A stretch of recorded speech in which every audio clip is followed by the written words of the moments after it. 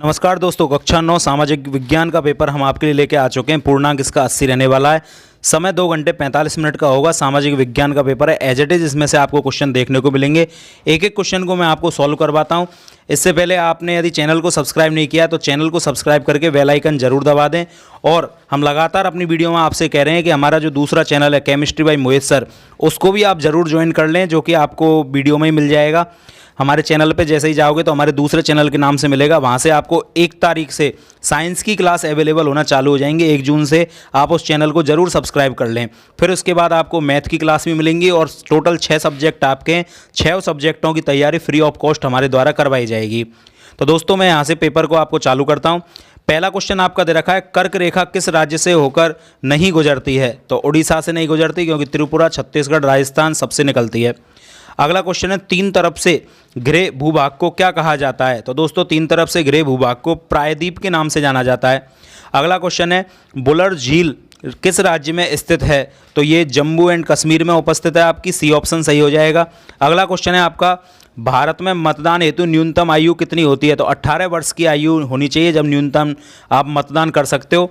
अगला क्वेश्चन है, रूस की संसद का नाम क्या है? तो ड्यूमा रूस की संसद का नाम है।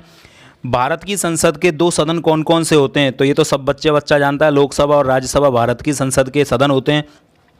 नेक्स्ट क्वेश्चन है आपका, पालनपुर गांव की मुख्य आर्थिक गतिविधि क्या है? तो कृषि पर आधारित हैं सभी वहाँ के ग्रामीण। नेक्स्ट क्वेश्चन है, निम्न में से कौन सी प्राथमिक गतिविधि है? तो मछली पालन को प्राथमिक गतिविधि के अंतर्गत रखा जाता है, बाकी अन्य के अंतर्गत आते हैं व्यापार, पर्यटन, परिवहन। अब दोस्तों, रिक्त स्थान की पूर्ति वाले क्वेश्चन आपके स्टार्ट हो जाते हैं। इन क्वेश्चनों को भी हम सॉल्व कर लेते हैं। क्वेश्चन नंबर 9 दे रखा है, महामंदी खाली स्थान का काल था? तो आर्थिक संकट का काल था, क्योंकि महामंदी के दौरान आर्थिक संकट उत्पन्न हो गया था। अगला क्वेश्चन 10वां है, एक खाली स्थान सरकार ज़्यादा उत्तरदायी सरकार होती है? तो लोकतांत्रिक सरकार ज़्यादा उत्तरदायी सरकार होती है। नेक्स्ट क्वेश्चन है आपका, फ्रांस में समाजवाद में खाली स्थान एस्टेट सभी कर देती है? तो यहाँ पर आपका तीसरी आ जाएगा, फ्रांस में समाज में तीसरी एस्टेट सभी कर देती है। अगला क्वेश्चन है, सुंदरबन का डेल्टा कहाँ पर पाया जाता है? तो ये मैंग्रोव में है। सुंदरबन के डेल्टा में मैंग्रोव वन पाए जाते हैं। विश्व की सर्वाधिक वर्षा वाला स्थान मासिंगराव होता है। अगला क्वेश्चन है, लोकसभा के निर्वाचन सामान्यतः प्रत्येक खाली स्थान वर्ष में आयोजित किए जाते हैं? तो 5 वर्ष में लोकसभा के चुनाव आयोजित किए जाते हैं। अगला क्वेश्चन है, भारत कौन से गोलार्ध में उपस्थित है? तो भारत दक्षिणी गोलार्ध में उपस्थित है। और नेक्स्ट क्वेश्चन है आपका, खालिस्तान भारत में सबसे लंबी प्रायद्वीपीय नदी है? तो गोदावरी सबसे लंबी प्रायद्वीपीय नदी होती है। दक्षिण की गंगा के नाम से इसे जाना जाता है।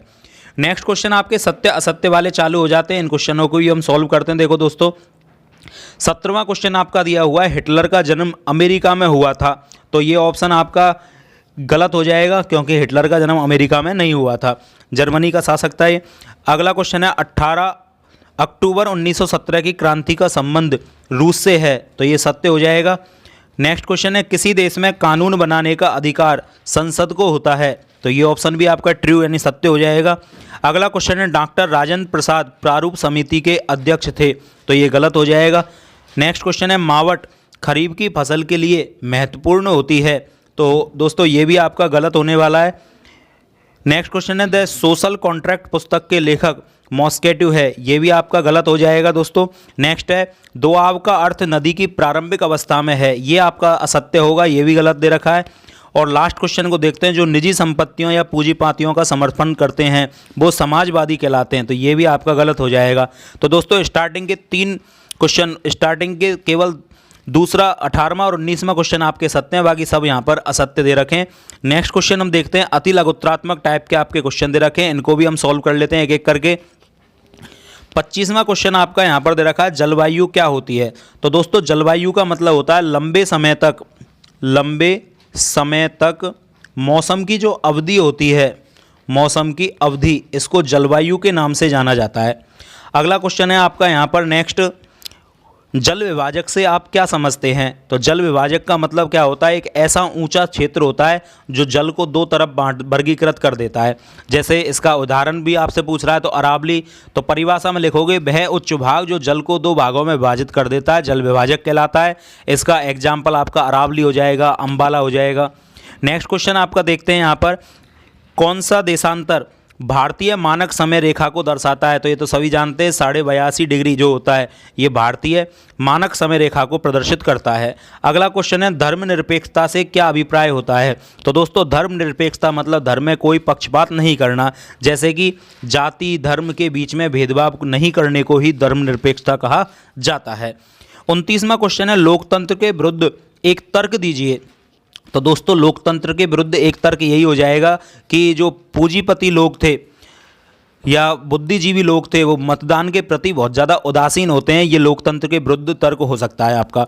अगला है उत्पादन के कारक बताइए। तो उत्पादन के कारक क्या हो जाएंगे, श्रम हो जाएगा आपका, पूंजी हो जाएगा, इसके अलावा आपका कौशल, जो आप काम करोगे उसमें आपको कौशलता होनी चाहिए। नेक्स्ट अगला क्वेश्चन आपका दे रखा है यहाँ पर दक्षिण अफ्रीका में किस प्रकार का भेदभाव था। तो दक्षिण अफ्रीका में दोस्तों नस्लीय भेदभाव बहुत ज़्यादा था, तो यहाँ पर आप नस्लीय भेदभाव कर दोगे, ठीक है। वहीं से गांधी जी ने ये अपने जो आंदोलन है इनकी प्रेरणा ली थी। अगला क्वेश्चन है मैं नरेगा अधिनियम कब लागू हुआ था। महात्मा गांधी नरेगा कार्यक्रम 2006 में लागू हुआ था। अब दोस्तों लघुत्तरात्मक टाइप के क्वेश्चन चालू हो जाते हैं, इन क्वेश्चनों को भी हम आपको बता देते हैं। पहला क्वेश्चन दे रखा है भारत की जलवायु को प्रभावित करने वाले कारक कौन कौन से हैं, 3 नंबर का। हरित क्रांति क्या है, इसमें भारत में खाद्य संकट को किस प्रकार दूर किया गया। लोकतंत्र की 2 प्रमुख विशेषताओं को आपको समझाना है। नेक्स्ट क्वेश्चन है बांगर और खादर में अंतर स्पष्ट कीजिए, ये पानी के संचय के साधन है। मानव एक संसाधन के रूप में कथन आप स्पष्ट कीजिए। भारत में गर्मी के प्रमुख कारण बताइए। लुई 16वें के समय फ्रांस की आर्थिक स्थिति कैसी थी और संविधान से आपका क्या अभिप्राय होता है। नेक्स्ट दोस्तों इसके बाद चालू हो जाते हैं आपके निबंधात्मक टाइप के क्वेश्चन, इनको भी हम देख लेते हैं। 41वां क्वेश्चन आपका दिया हुआ है फ्रांस की क्रांति के कारणों की व्याख्या कीजिए। 6 नंबर का ये आपका क्वेश्चन होने वाला है। अथवा में भी आपका यहाँ पर दे रखा है 18वीं सदी में फ्रांसीसी समाज की 3 एस्टेट के बारे में लिखिए। 42वां क्वेश्चन है प्रश्न और मौसमी बेरोजगारी में क्या अंतर होता है।